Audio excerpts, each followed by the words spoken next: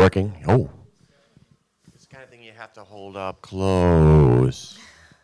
Well, good morning. Welcome to Sunday School at All Saints on this, I think we're the 10th of August. And as a church, we try to have at least a hand in everything a Christian church should be doing. In some cases, we do ministries directly. In other cases, we support other ministries in the area or overseas that are at work, and sometimes we just like to highlight other ministries in the area, which is what we're doing today, Bethany Christian Ministries, and Deanna is going to talk about it. Ooh, we're working.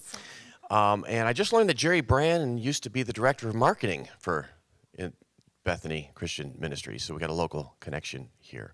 So with no further ado, I'm going to turn things over to Deanna. Thank you. Thank you so much for having me.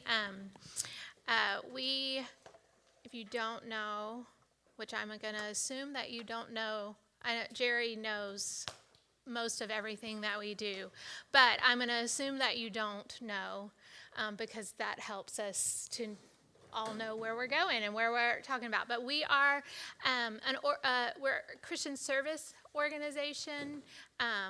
We seek to share Jesus through the services that we provide. As we go through, I've never used a clicker while I'm presenting, so just bear with me. I'm usually but I did. So as we share Jesus, this leads us to be on a great adventure. I think all of us some of us like adventure, and some of us don't like adventure. Some of us think that that's a great thing, and some of us that's an intimidating thing. But if we are saying yes to Jesus, then it's going to lead to some adventure and to some unknown. And I like audience participation, group participation. So what has been your greatest adventure in life? What's been a great adventure that you've been on? I'd say raising my children. Yes. Whitewater rafting. Whitewater rafting. Did 250-mile pilgrimage across Spain. Oh, Matthew.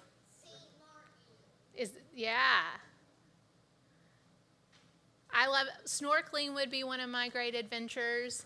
I got to do that a couple of years ago and went on a natural reef and then on a reef that they were like an artificial one that they were growing things on. And so both of those were really cool. Any other adventures that you think of? Oh, I got a good one. Yeah. I took an ultralight aircraft and crossed the bay.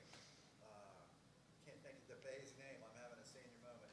Chesapeake. Crossed the Chesapeake Bay, 10 miles of blue water on a two-stroke motor, 10 miles of it. And then crossed over to Virginia, another 10 miles. And then all the way up the coast, across the Delaware Bay into Jersey, up to Pemberton up there with McGuire Air Force Base. Wow. All on a two-stroke motor. That is an adventure. I think all of these things are adventures in different ways. And so if we look at it's defined as unusual, exciting, typically a hazardous experience or activity. And I think from parenting to going across a bay in a ultralight aircraft, I think is how you described it, those are all exciting, typically hazardous experience or activity. But if we look, Jesus gave us a great adventure to go on to. And if we look at the Great Commission, Matthew 28, he said, Jesus came to them and said, "All authority in heaven and on earth has been given to me. Therefore, go and make disciples of all nations, baptizing them in the name of the Father and of the Son and the Holy Spirit, and teaching them to obey everything I have commanded you. And surely I am with you always to the very end of the age." Jesus said go, and sometimes that's go is in different ways. And for us at Bethany, it is to go and create safe places for children and families. And we're going to talk a little bit more in a minute about how we do that and how each way it goes. But when we go into the unknown, it's nice to have a great promise. And Jesus said that he told us to go these things so that we might have peace.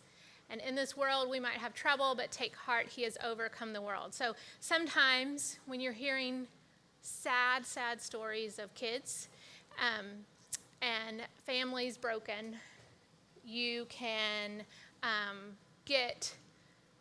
be troubled. You can think and be very discouraged. But knowing that Jesus has overcome this world is helpful. So our specific adventure, great adventure at Bethany, is to demonstrate the love and compassion of Jesus Christ by protecting children, empowering youth, and strengthening families through quality social services. I think of James 1:27. It says, pure religion that is pure and undefiled before God the Father is this: to look after orphans and widows in their distress and to keep oneself unstained from the world. And sometimes, like, our goal in foster care is always reunification. And so they're not an orphan forever, but they're an orphan right now. And this is temporary. Some are going to lead to being free for adoption. And so they're an orphan right then, but we want them to have permanency. So as we go through, this is what we are. And so when you think of settlers and pioneers, settlers, just in the way I am going to use this today, is settlers arrived and stayed. But pioneers really went into the world and trailblazed, created new avenues, took a step when it was scary. And sometimes that's what is called of us as we go into the world to seek these safe homes for kids. So I'm going to play a little video. This is a clip from a movie called Possum Trot, The Sound of Hope. It was released a little over a year ago. Sorry, did you say Possum Trot? Mm-hmm. It's a story of a community, and I'm just going to play the clip, but I don't want to tell too much of the story. But our organization has a close partnership with the movie. And our branch director in Georgia is featured on this clip. So,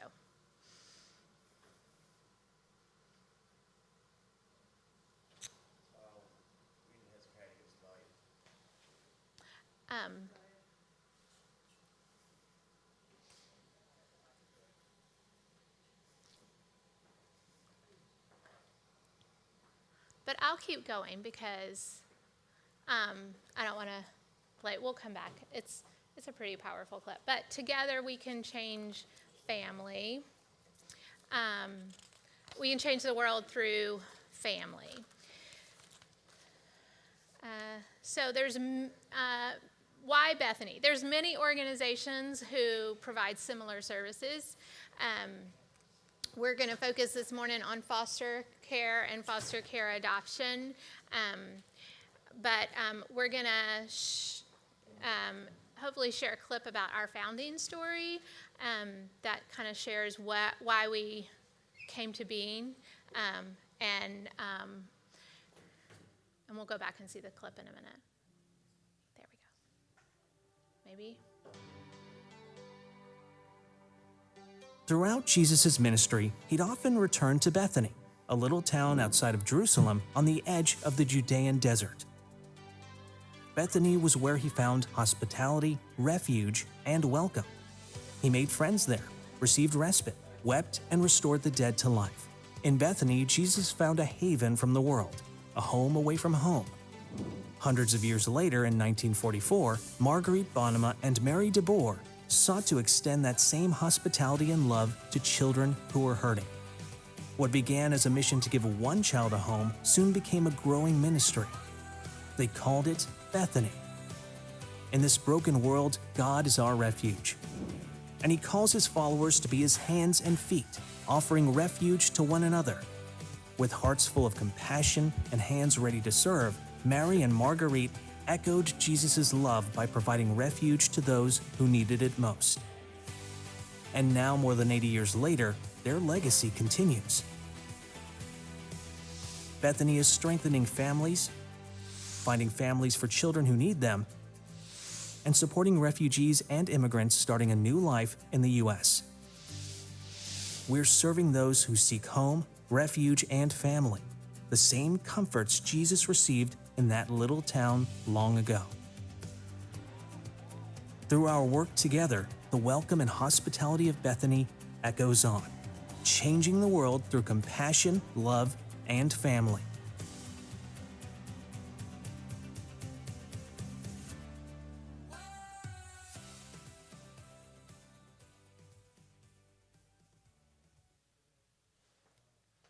Okay, so who is Bethany overall?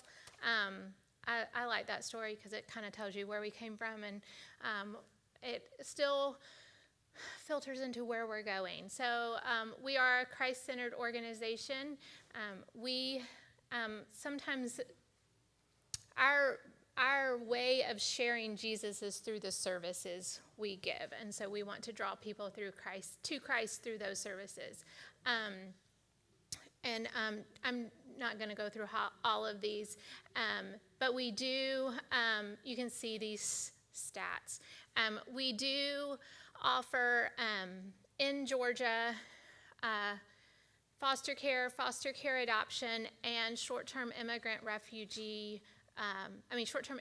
foster care. So these are kids who come into the into the U.S. unaccompanied, and while their person that they're supposed to be going to is vetted and made sure that they're a safe person and they're actually who they're supposed to be, they come into foster care through placement, and they're given a temporary place to be safe. This has greatly slowed down this year with new administration, but there are new things happening, and it's always, coming and going, and so we're hoping that will pick up more. Some of the other things that we do is called Dreams for You. It is a relationships coaching for young adults, ages 16 to 23.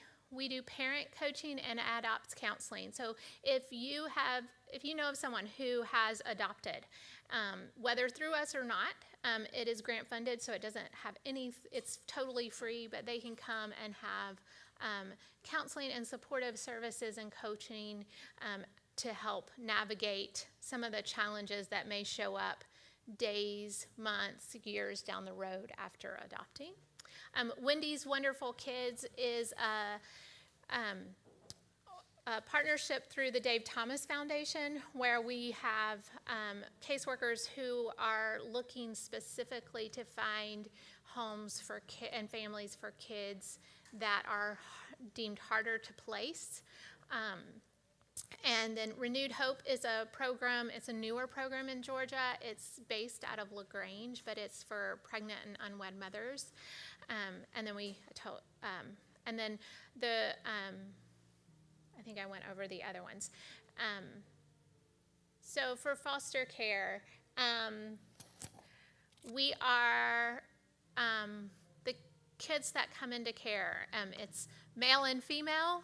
It's 0 to 21. We encourage people who are wanting to foster to have a wider age range than a narrower one. So if you say 0 to 4, well, that is a very specific age range. All the agencies in the Metro Atlanta will receive the same referral. And so it's whoever can find has a home for that person and gets says we'll take them is who they get to be placed with. So we say bigger age ranges like 0 to 9, 9 to 18, or even 0 to 18 is better for foster care. We do have, teens are harder to place, sometimes because the perception is that they're going to be harder. And parenting teens is a different, I'm a parent of a teen, 2 teens. And I like to say when they're younger, it's more physical energy. When they're older, it's more mental energy. The same is true for kids in foster care. You're going to have more mental energy, but you also have a great system of support. So we need for families, for teens, and also sibling groups. Right now, I've recently pulled data, and it shows that about half to 2/3 of sibling groups get separated when they enter foster care because there's not enough homes for them. Or beds in a home for them. And I say beds, that sounds kind of calloused, but that's our term. It's how much room and space is in a home for a child or for children. You know, if you've been removed from your parents, whether that was whatever the circumstances of leading up to that removal, to them that's traumatic. And then to be separated from your siblings as well increases that trauma. So we are trying to create avenues to have families that can say yes to multiple so that they're not separated. So all children that come into foster care have been neglected or abused. 60 to 70% of the kids in Georgia are removed because of neglect. Neglect happens typically because of lack of services or support system around the family. And could be substance abuse, homelessness, things like that. So those are all things that those parents can overcome. And so it's with great success that Georgia reunifies up to 70% of the kids that are removed, and they don't re-enter care. Less than 10% re-enter care within the first couple of years of that. And that's how we track it. We don't track beyond that, so I don't know what those stats are. A lot of times we hear the worst stories of kids being removed, of what caused that.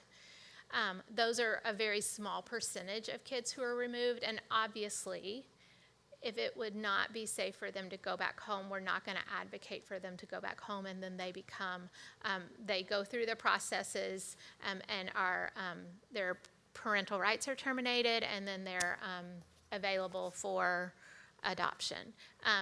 So we have children of all ages. A lot of times they have 2 or more diagnoses, and those could be physical or mental or emotional.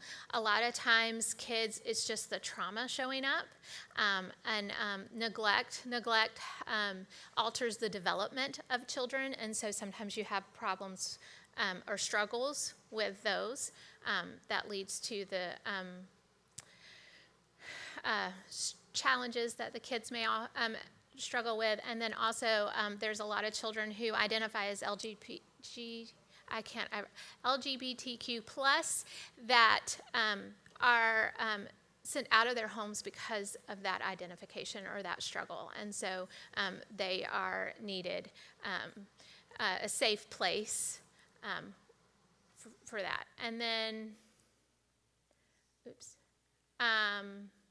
in the U.S., we have more than 400,000 kids in foster care, and in Fayette, in the surrounding counties, we refer to it as Region 4. It's a DFACS region. There's over 700 kids in foster care, and so as a foster parent, you have the opportunity to provide stability and support that they need towards reunification, and then.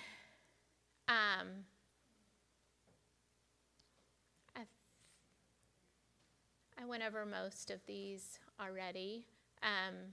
Sometimes it's because of parents' mental health concerns, domestic violence, medical neglect, things like that can lead to their removal as well. So you can go to DFACS and become a foster parent, you can go to another organization and become a foster parent, or you can come to Bethany. So what's the advantage of coming to Bethany? You get a bigger team of support. You have us You also have you have a caseworker assigned to you as a family that will stay with you as long as that caseworker is there with us and you're there with us. But your DFACS worker will change depending on the child placed with you.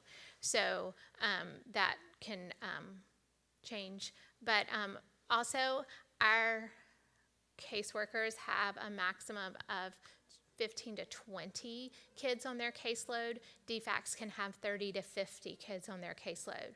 So just that in and of itself, there's not enough time in the day for DFACS caseworkers to help you as much as we can help you because of time. It's not because of lack of caring. It's not because they're inadequate. It is just a lack of of having enough space on their caseload. So we work with you to help locate services, help advocate for you with the schools, with providers, physicians, medical care teams, whatever you need, we're there to help support and advocate. Even with DFACS, if something's fallen through the cracks, we can help step in the gap for that. So as a foster parent, you would be, your primary goal is to provide a safe and loving home. And a lot of times we talk about you're physically safe, but you have to develop a relationship for them to feel safe. They have been, their trust in people who should have been there for them has been broken. And so they need trust and felt safety developed in a different way than you just naturally have with your children, because your children started off bonding with you through natural attachment processes from birth. We want you to communicate with your caseworker and your DFACS caseworker, because that is the only way that we can all get to what's best in the best interest of the kids. You help invest in their lives, accommodate needs and parenting styles for their individual needs, manage the child's behaviors. We help you with that. We don't just say, here, deal with this and we'll just see you from afar. We provide monthly trainings. We do on pre-service training, but then we do monthly trainings, and then also a team of people there to help troubleshoot regardless of what is scheduled. You enroll them in the child in school or daycare. Kids in foster care do have daycare covered. Sometimes there is a gap from the time they're placed in care. It should be backdated, but sometimes it's not. But once that's all established, that is covered. And you want to support permanency for the children. So that is primarily reunification, but then if that's not the case, then you support them either by being open to adopt them or helping find a supportive person to adopt them. And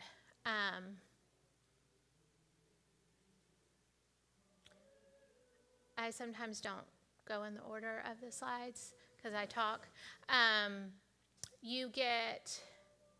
We do have a 24-hour emergency assistance line. The other thing is you get consistent payment of the per diem because we have a consistent process. People have reported that through the state being licensed, sometimes that reimbursement is not consistent.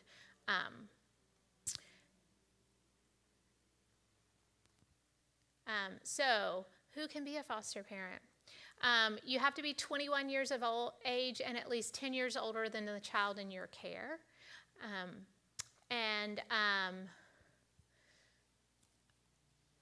If you're married, both of the spouses must complete the process.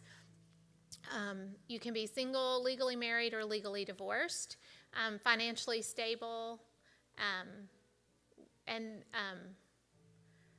mentally and emotionally stable. We really prefer that you have a working desktop, laptop, or tablet of some sort with internet, because it makes life a whole lot better, and alleviates some of the challenges that you don't have if you don't have that.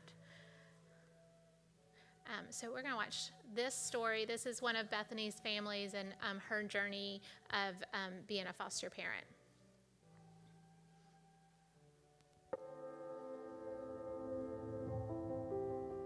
Jason always had a smile on his face. He's one of the happiest kids I've known.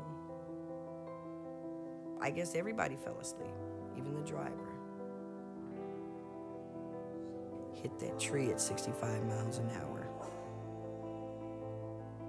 When I get to the hospital, as bad as I thought it would be, it was so much worse. Jay's accident at 13, it stopped everything. Jason was very energetic, very talented, and he was on a traveling basketball team, but I didn't get to see what was after. So I hadn't gotten that experience of raising teenage boys. I decided to foster because I want to be the bridge to take them on to the next level, because if I'm not there, then where will they be? I've fostered about 20 teenage boys. My motivation is to show them that there is something better. Because in their lives and in their world, you know, nobody cares if you go to school. Nobody cares if you're out there getting high. Nobody cares. I think that's what makes life here different. They feel like they belong. Jason, for the boys, is a motivator, because they're seeing him in this wheelchair and he's still laughing and smiling. And if Jason can take this wheelchair and this bad situation and still smile through it, I guess they figure, why not?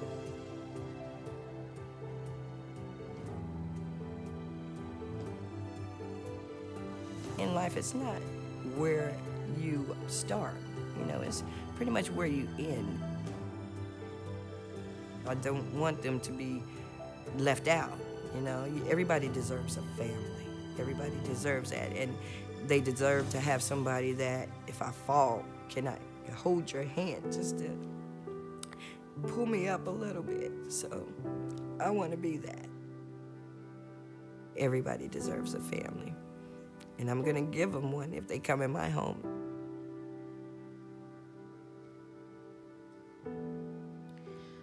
So she said yes to an adventure that has taken her to supporting many, many children. It's a great thing.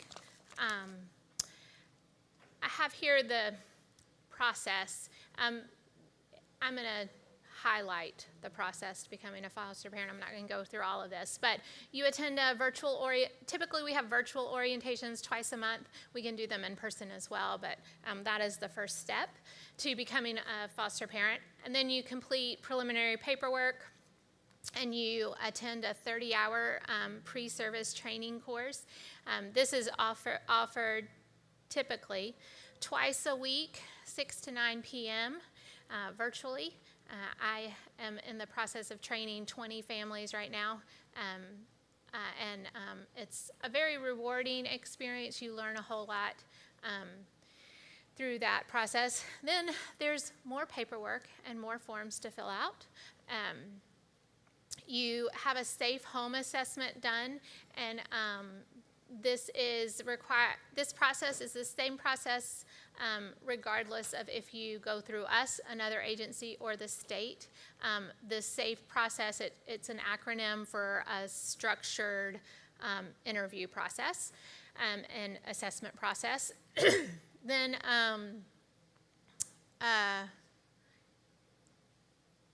at that point, once that's completed, we submit those to if you're foster care, it goes to the Office of Provider Management, and then if you're an adoptive family, it gets submitted to the DHS Permanency Unit for approval and registration. And then a little bit about foster care adoption. It's a little bit, well, I mean, it is different. Here's another video of a story. This day right here is December the 19th, the day that y'all's name changed. We went in there and the adoption was final, and Marlon's name. You grow to love total strangers. You learn how to embrace them. If you're a parent, you experience this anyway. Why not give a foster child that opportunity too? I gave y'all my maiden name. Do you have a picture of your dad? They have to learn how to trust you, to know that you're there for them, that you're not gonna send them back, that you chose them to be a part of your life.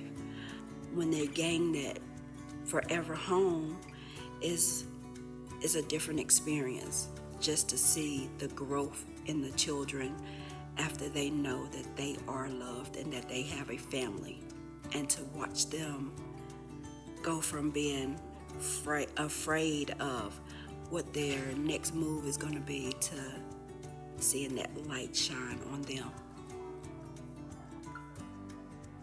There are way too many kids in foster care right now. There are way too many children in residential treatments being raised in residential treatment centers that need to be raised in a forever family. So adoption brings hope to kids who haven't been able to have that in the traditional way. In her neighborhood, yep. Okay. And did you ride the bus home with? There have been so many positives to being an adoptive family. We had always hoped that when we brought children in, that we could teach them and we could help them grow to be contributing members of society. And we just never realized how much the children would actually teach us. They made us grow, and we became better people and better parents through them, and it's just been the most amazing process. We looked for different adoption agencies in our area. We called a few of them. We called Bethany Christian Services. We looked online. We really liked what they stood for. We really liked that they encompassed the Christian values that we possessed as well, and that sealed the deal for us. I really love that about Bethany, that we have there's faith, there's hope, there's encouragement. In addition, I find a lot of the staff that work at Bethany have personal experience with foster care adoption. They've walked the walk, and they give you a sense of confidence and encouragement as you go on. What surprised me the most was how much support we received. I mean, from the second the kids walked in the door, we had tutors at our fingertips. We had child psychologists come in. Anytime we needed something, they were there for us. We never felt alone, and that was the best part. There are definitely a lot of myths about foster care of adoption. One of the biggest is that it costs a lot of money, but for most people, there are no fees for foster care adoption if you adopt in-state. The other myth is that all kids that are in the foster care system are what we call problem children, and that's a huge myth. Do kids have sometimes special needs? Yes. But there's a lot of supports out there to help you. You are not alone. You are not doing this on your own. You have a whole team around you. It's life-changing. You go from no children to 4, or even if you were to do 1, because it's not all about you anymore. It's about them. And they are my kids. You know, this is my family. Opening your doors to the foster program, you're saving a life. You really are. It will be the most rewarding thing you ever do in your life, and I strongly recommend you do so.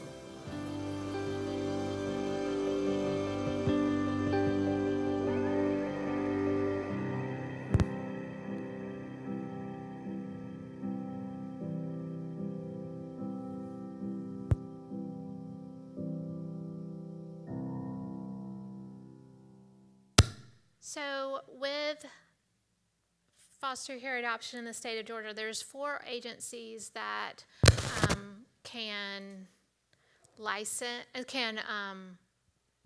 recruit and license adoption homes through this state. And one of them, that's a privilege that we don't take lightly. With that, we have specific guidelines for the kids because we search for kids that are in care. We don't find families and go, oh, let's go find a child that would fit you. So our is you can we have children that are 8 or 9 years old and up, or sibling groups of 3 or more, all ages, or kids with special needs or medically fragile. So that there's a high need for that, and I actually have some. So with our contract, this is a new thing, and can I get that? I just realized.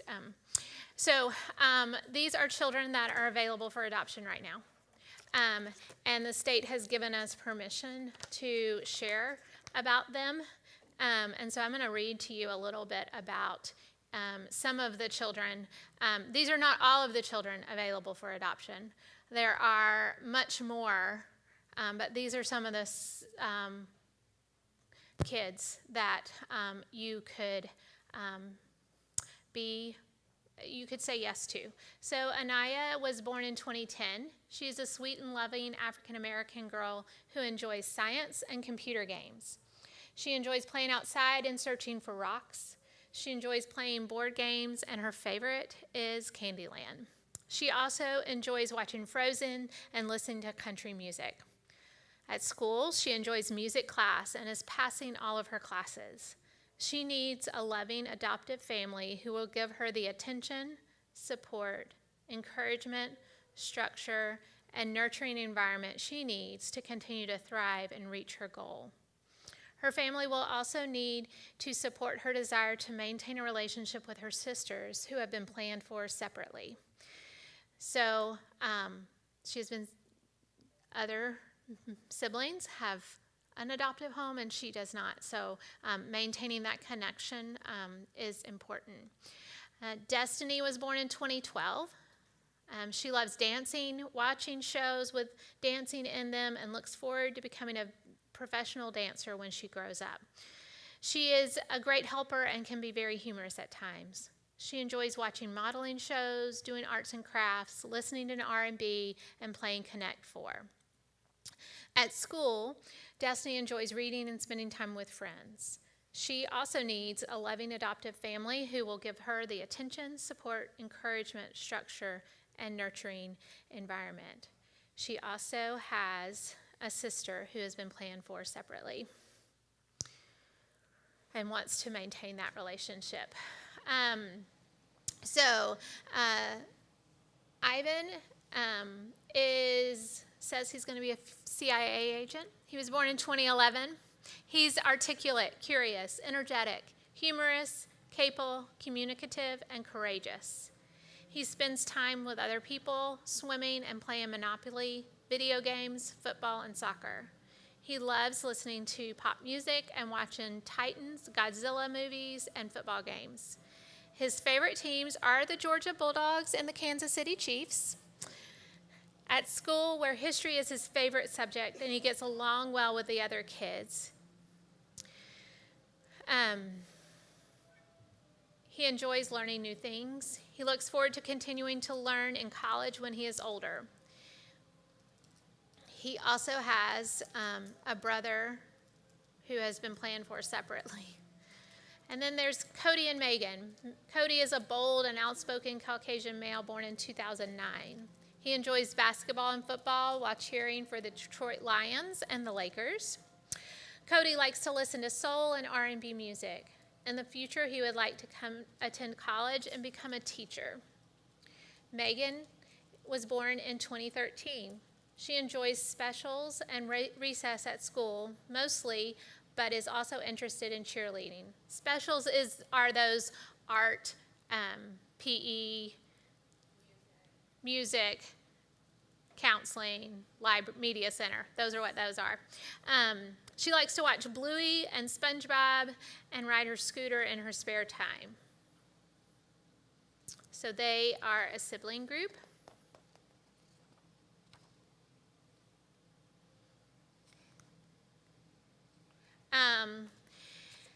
Dante and Jakari are siblings who look forward to becoming part of a loving adoptive family.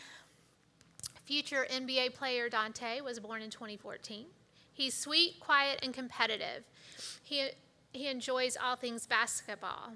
In his spare time, he enjoys playing basketball or watching his favorite team, the Atlanta Hawks, on television. Jakari is a big football fan. He enjoys playing football and watching his favorite team, the Falcons, on television. At school, he does well and considers social studies his favorite subject. They are both in need of a loving family who will give them attention, support, encouragement, structure, and nurturing environment. Hannah was born in 2009. She's quiet and artistic. Art is her favorite subject. She enjoys painting and coloring, which allows for self-expression. She also enjoys watching videos, listening to pop music, and going for long walks. She also has siblings who have been planned for separately, so she wants to maintain a relationship with them. Justin, I'm not going to read all of these. I mean, there's 22, and they kind of make me cry. But Justin was born in 2008. He is an intelligent child who enjoys comedy and action movies. He enjoys all types of sports, especially basketball. He does well in school and is passing all his classes. He also needs a home that will give him attention, support, encouragement, structure, and a nurturing environment. So too, if you notice, he's on the verge of turning 17. And so he desperately needs a home that will be permanent before he turns 18. Kids who age out of foster care within 2 years, and we say age out, if they don't have, if they're not adoptive, if they aren't reunified, if they don't have permanency when they turn 18, there is, the trajectory is not good. But it doesn't mean that it's hopeless, because there are success stories, but we want to set them up for success. So he's one who needs a home, a family soon. Cadence was born in 2011. She wants to be a veterinarian. She's caring and outspoken. She enjoys singing, dancing, drawing, making slime, and doing fun activities. She likes listening to Taylor Swift, playing Trouble and Sorry, and watching Tangled and Thundermans. At school, where math is her favorite subject, she gets along well with others. So these are just a few of many kids that are available. This is a sibling group of 5. So sometimes we say, well, we don't want kids separated. They've been separated from their 4 other siblings. So when you have a sibling group of 9, it's somewhat understandable to say, okay, they have been separated. To find 9 empty beds, even if a family has 9 beds open, typically you're not going to keep them not open for 9, waiting for the sibling group of 9. You're going to place different kids who may not be siblings in there. But they are trying to keep, they've got the 4 siblings, my understanding is they are together, and then these 5 siblings that they're hoping to place together. So they're trying to keep at least some of the siblings together to find placements for them. This is the stats for kids leaving foster care. So they're 25% become homeless within a year, 14 times more likely not to complete college, twice as likely not to earn a high school diploma, 25% suffer PTSD, 47% face unemployment, and 30% become incarcerated. Those are kids like Justin, and we don't want that to happen, and so that's why the need is so great. So Hezekiah, can you go back to slide 9, because I didn't get to show that earlier, possibly? I know. Yeah, I'm going to, I think if you hit that, you can see it. So there's also, you may not be called to be a foster parent or an adoptive parent, but there are lots of things, especially the church, can do to help support that. Because if someone says, I want to be a foster parent,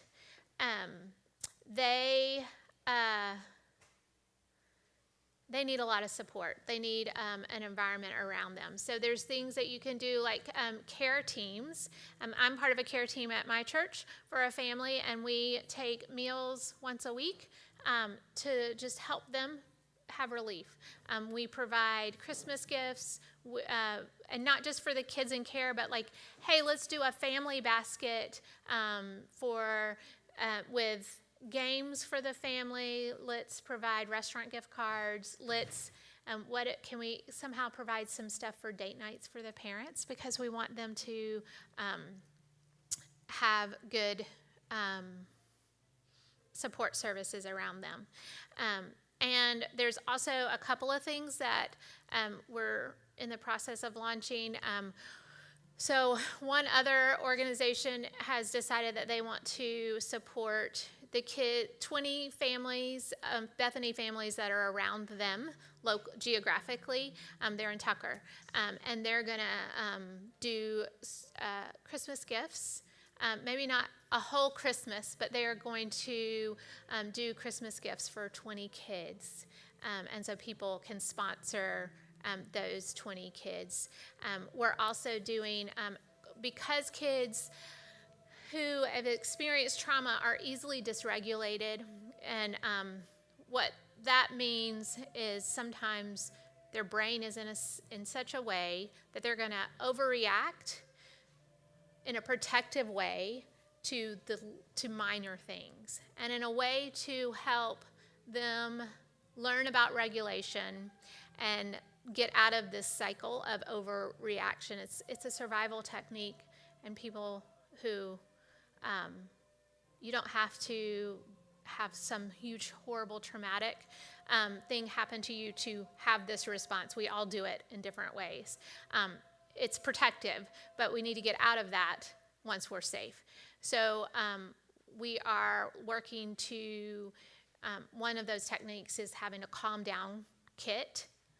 There's different items that help that child calm down. So we're doing a drive with another organization to help provide, to donate different things that the kids can come in and do these calm down kits as an activity and learning activity for them. Yes?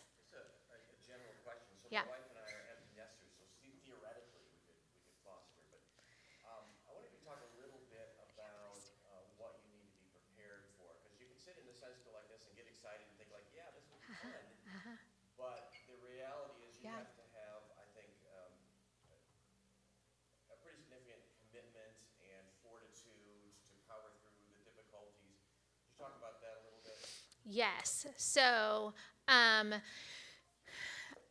we in our pre-service training, we talk a lot about these 14 characteristics you need to be a successful foster parent, and some of that is like, don't take things personal. So sometimes the kid can be reactive and lash out and say, I hate you, I don't want to be here, all this kind of stuff. So you need to be prepared to not take things personally. You can even flip that to where they're feeling attached to you and it scares them because people they were attached to previously left them or were taken from them.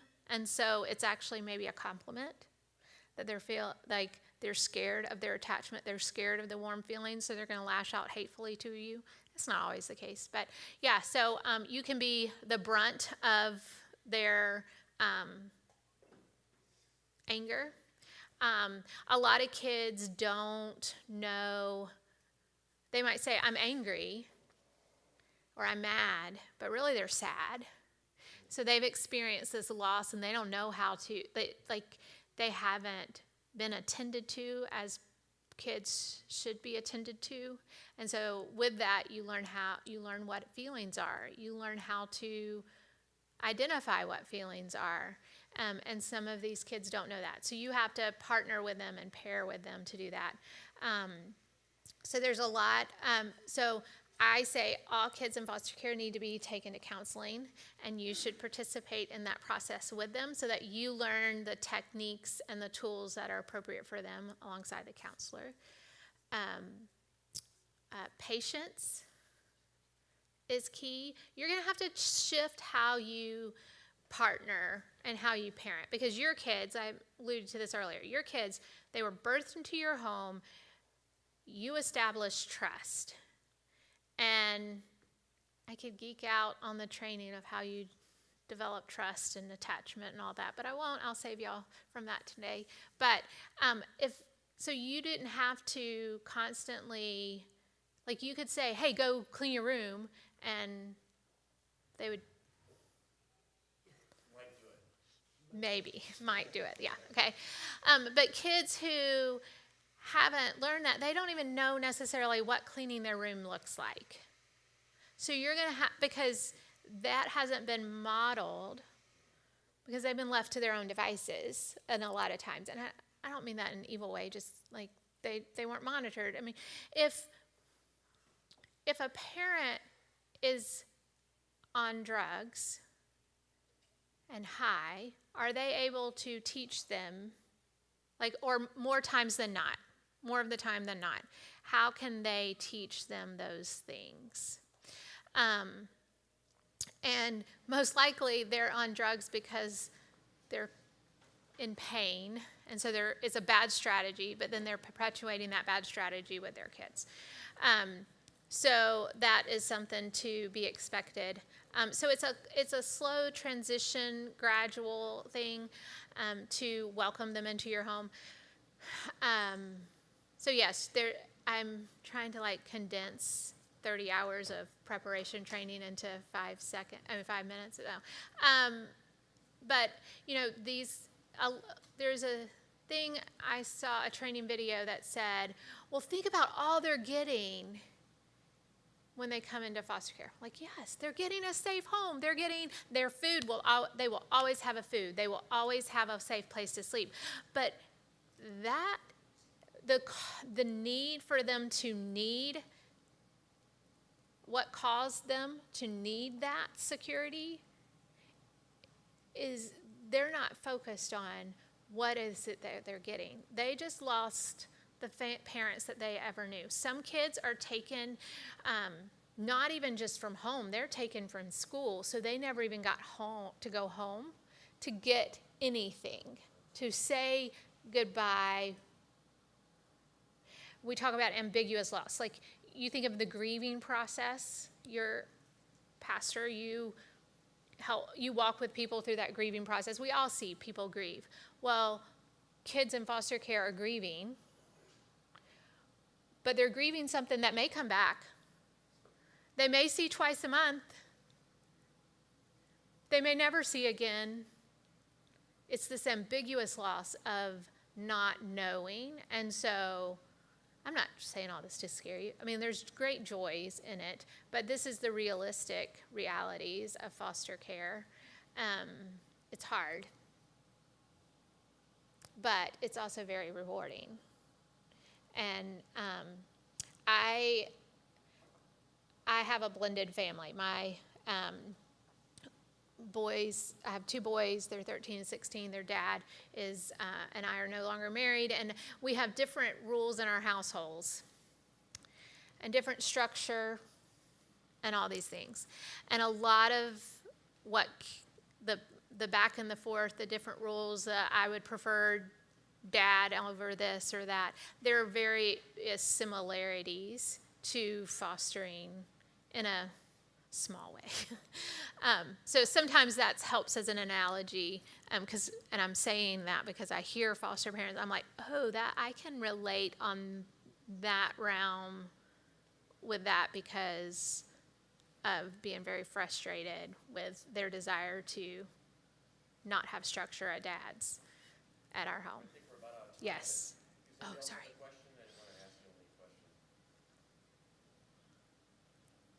Time got away. I thought we had plenty of time, and then. We did, and you did great. Thanks. Just the only thing I'd like to say is, in advertisement, Christian Services is a real Christian organization. And so if you're interested in either foster care or adopting, it is a great organization. Thanks. Thank you so much. Sorry, I think I went a little over. Okay. 10 minutes for the next service. So awesome. Thank you so much for having me. Yeah. And I would love to talk more, partner more, however that.